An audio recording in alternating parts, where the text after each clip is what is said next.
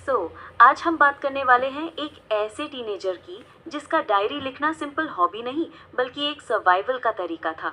नाम तो सुना ही होगा, एन फ्रैंक। लेकिन क्या आपने कभी सोचा है डायरी लिखना उसके लिए कितना अजीब एक्सपीरियंस रहा होगा? देखो, डायरी लिखना तो हम में से काफी लोग करते हैं, लेकिन एन फ्रैंक के लिए वो डायरी एक दोस्त थी। और सोचो, उसने डायरी को नाम भी दिया था किटी। मतलब जब रियल लाइफ में कोई क्लोज फ्रेंड नहीं मिलता तो नोटबुक को ही बेस्टी बना लो। वैसे पेपर की पेशेंस तो लोगों से ज्यादा होती है ना? बिल्कुल। और एन ने खुद लिखा था कि paper has more patience than people. जब उसे लगता था कि कोई उसकी बातें नहीं समझेगा तो वो सब कुछ डायरी में लिख देती थी।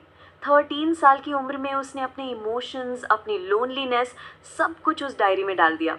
और सोचो, उसको लगता था कि शायद उसकी बातों में किसी को इंटरेस्ट ही नहीं होगा।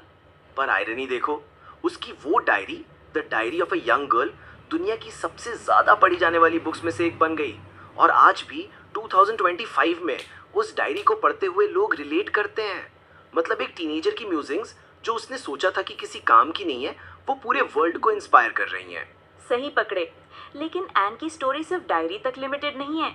उसकी फैमिली जर्मनी से एम्स्टर्डम शिफ्ट हुई थी जब नाजीज पावर में आए थे। पर जब नेदरलैंड्स भी नाजी ऑक्यूपेशन में आ गया तो उनको छुपना पड़ा। जुलाई 1942 से लेकर अगस्त 1944 तक एन, उसकी फैमिली और 4 और लोग एक छोटे से हिडन एनेक्स में छुपे रहे। और जब तक छुपे रहे, एन ने अपने हर दिन की डिटेल्स लिखी। लेकिन जब उनका हाइडिंग स्पॉट बिट्रे हो गया, सबको कंसंट्रेशन कैंप्स भेज दिया गया। एन और उसकी बहन मार्गॉट दोनों की डेथ हो गई बर्गन बेल्सन कैंप में टाइफस से। सिर्फ उनके पापा ऑटो फ्रैंक बचे। ऑटो फ्रैंक जब वॉर के बाद वापस आए तो उनको एन की डायरी मिल गई।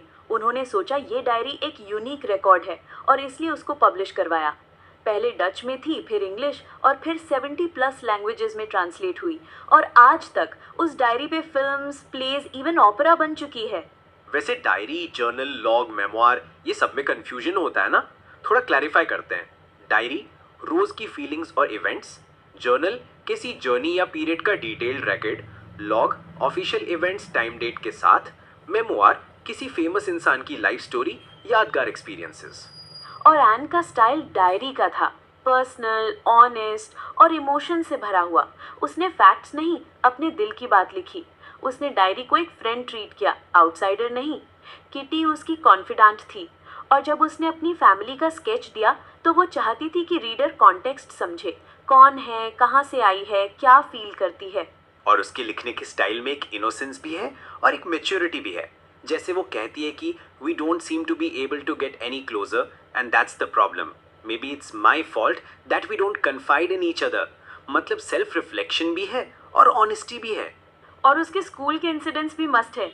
मिस्टर कीजिंग, उसका मैथ्स टीचर, उसकी टॉकिंग से इरिटेट हो जाता था। पहले एक ऐसे दिया और चैटर बॉक्स। एन ने लिख दिया कि बातें करना स्टूडेंट्स की ट्रेट है और ये इनहेरिटेड है क्योंकि उसकी मम्मी भी ऐसी हैं।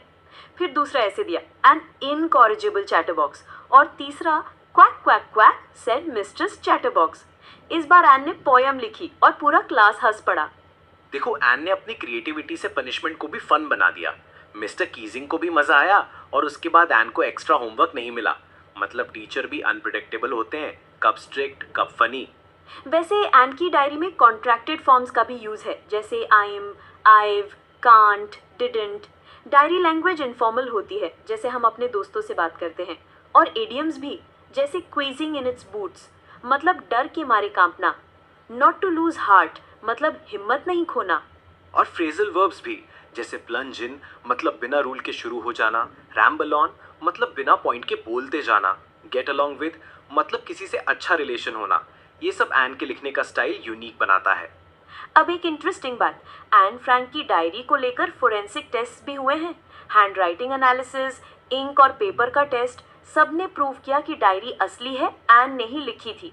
कुछ लोगों ने बोला था कि बॉल पॉइंट पेन यूज हुआ है, पर वो बाद में किसी रिसर्चर ने लिखा था, ओरिजिनल टेक्स्ट नहीं था। और आज भी एन फ्रैंक की लेगेसी जिंदा है।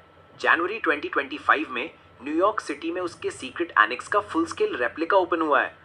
लोग जाके देख सकते हैं, फील कर सकते हैं कि एन ने कैसे दिन बिताए।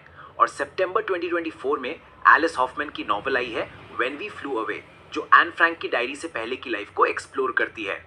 और एक और चीज़, एन फ्रैंक की स्टोरी हर कल्चर में अडेप्ट हुई है, प्लेज, फिल्म्स, ग्राफिक नॉवेल्स और अब तो इमर्सिव एग्जिबिट्स भी। हर अडेप्टेशन उसके एक्सपीरियंस को नए पर्सपेक्टिव से दिखाता है, लेकिन कोर मैसेज वही है, होप, रिजिलियंस और ह्यूमैनिटी।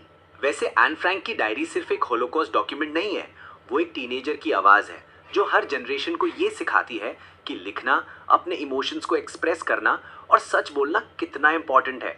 और सोचो, उसने लिखा था कि शायद किसी को इंटरेस्ट नहीं होगा, और आज उसकी डायरी हर क्लासरूम, हर लाइब्रेरी में है।